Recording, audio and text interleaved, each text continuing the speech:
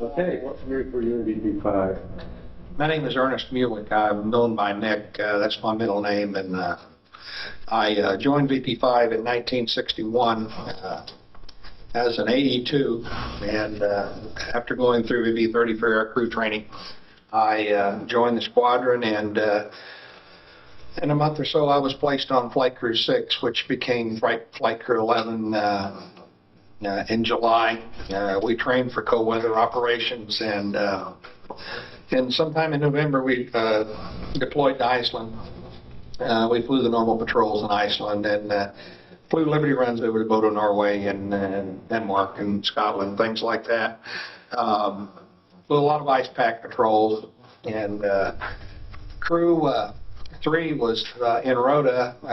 Commander Kozak had been selected as XO with a squadron, and so when the change of command took place in January, around the first of the year, Commander Huber, who was the officer in charge in Iceland, became commanding officer, and he transferred down to Rota and took his crew with him, which became Crew 1. Commander Kozak's crew, which was Crew 3, they took his slot in Iceland as Crew 7. Crew 7 came to Iceland, flew one area familiarization flight, and then they were placed online as able to fly ice pack patrols. Ice pack patrols were generally very routine. Seldom did you ever have any problems. You weren't down, you didn't have to be down low on ice pack patrols. You generally flew them at 2,500 feet. And they were mostly just boring holes in the sky and taking pictures of the ice flow as it came down off the coast of Greenland. I don't honestly know why we were flying ice pack patrols in January. I don't think there was that much ice moving, but we still flew them. There was a tremendous amount of icebergs out there, and some of them were fairly tall. They were 700-800 feet. Anyway, Crew 7 took their first ice pack patrol, and later on, I don't know if it was the day or the evening, the word came up that they were not getting position reports for Crew 7, and that they may have to start launching SAR crews, that's search and rescue. So, of course, there was a lot of excitement during the evening. A lot of people probably didn't get much sleep. I don't recall exactly what I'd done. I know that everybody was extremely concerned that we had been up there, and here was a crew that had just got there. Just getting, they really hadn't got their feet wet and flying in cold weather yet. So I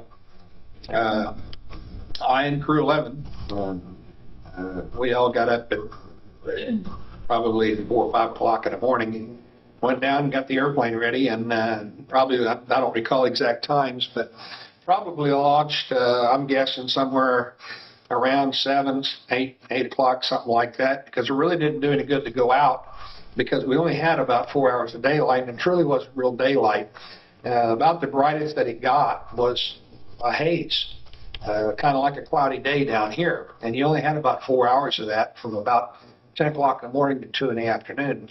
But anyway, we proceeded up hoping that if there was somebody, if somebody heard the airplane, they would light a flare or something. We really thought that flying the ice pack patrol, that they would either be on the ice pack or they would be in the water. We knew we had a few, I think they were 800 or 900 foot icebergs up there. And we really couldn't imagine them being down at 800, 900 feet for the simple reason that the ice pack patrol is generally flown, if I recall, 2,500, 3,000 feet, depending on what your ceilings are. As it turned out, I don't know if you recall if it was the first or second day that we were out there, we got a real break as far as visibility goes because the sun was so bright. We had a real nice day. Well, the first day we went out, the storm was still on. They had got 60 feet of snow, predicted 60 feet of snow the day that the airplane was lost. So I think maybe, if I recall, I don't know, maybe this is rumor, it could be truth, that possibly they had sent back position reports and stated they were flying in heavy snowstorms and a heavy snowstorm. I don't know, like I said, I don't know if that's rumor or true. Seems like to me in the back of my mind that later on there was comments made about that they flew the whole patrol in a heavy snowstorm.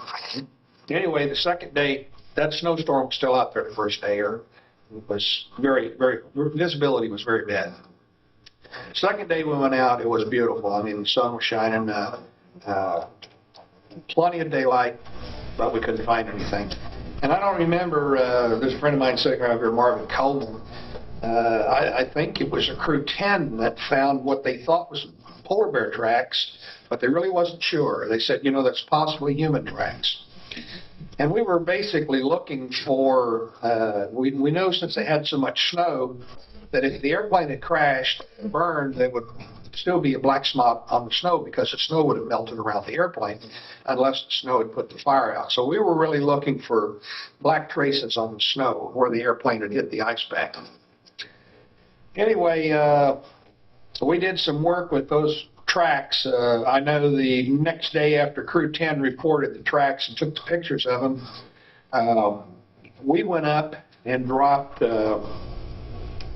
our hydraulic fluid came in a gallon can that was painted red. So the photo intelligence guy says, if you can get this can in anywhere near one of the tracks, so I can determine the physical size of the track, I can determine if it's a polar bear or a human track. So we went up and we flew pretty low that day, and we got the can. We thought we had the can real close to the track, and we did. We came back, got a picture of the can and the footprints in the snow.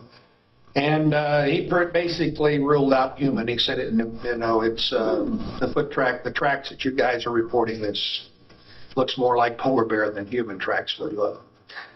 So I think that around the fourth to fifth day, we called the search off and said that if they were out there, the weather being what it was, they more than likely couldn't have survived anyway.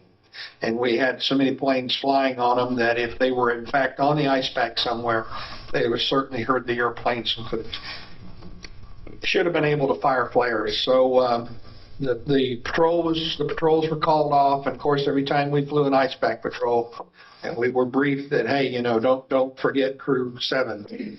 We still could find them. So we looked until we came back in April. Every time we flew an ice pack, we always kept an eye out looking for Crew 7.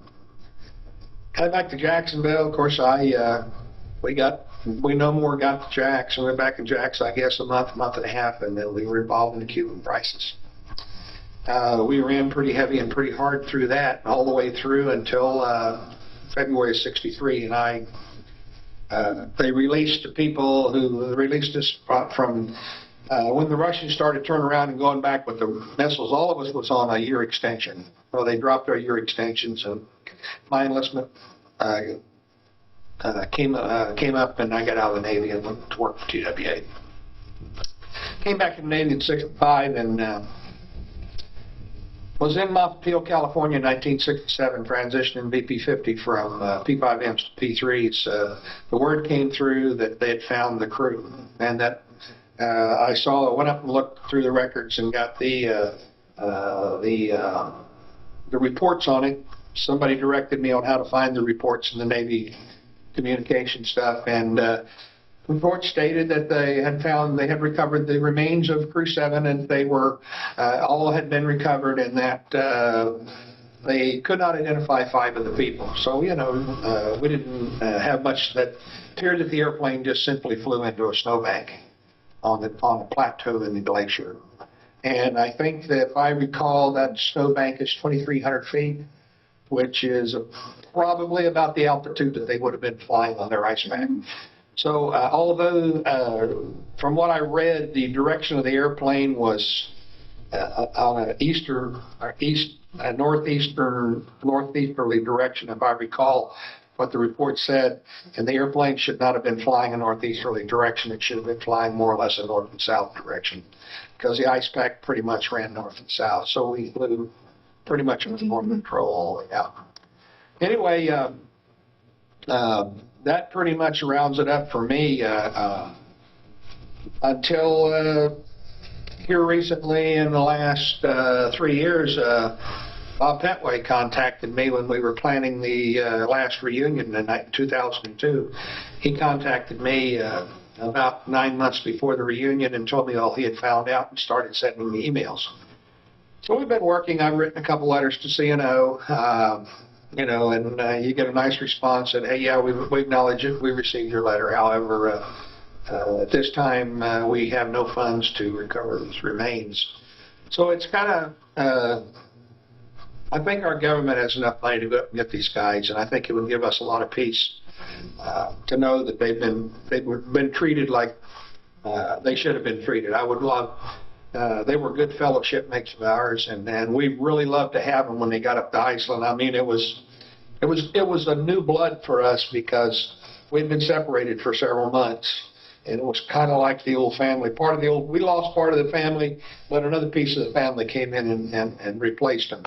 And it would mean a lot to me to see that they get their proper due. So, and that's about it.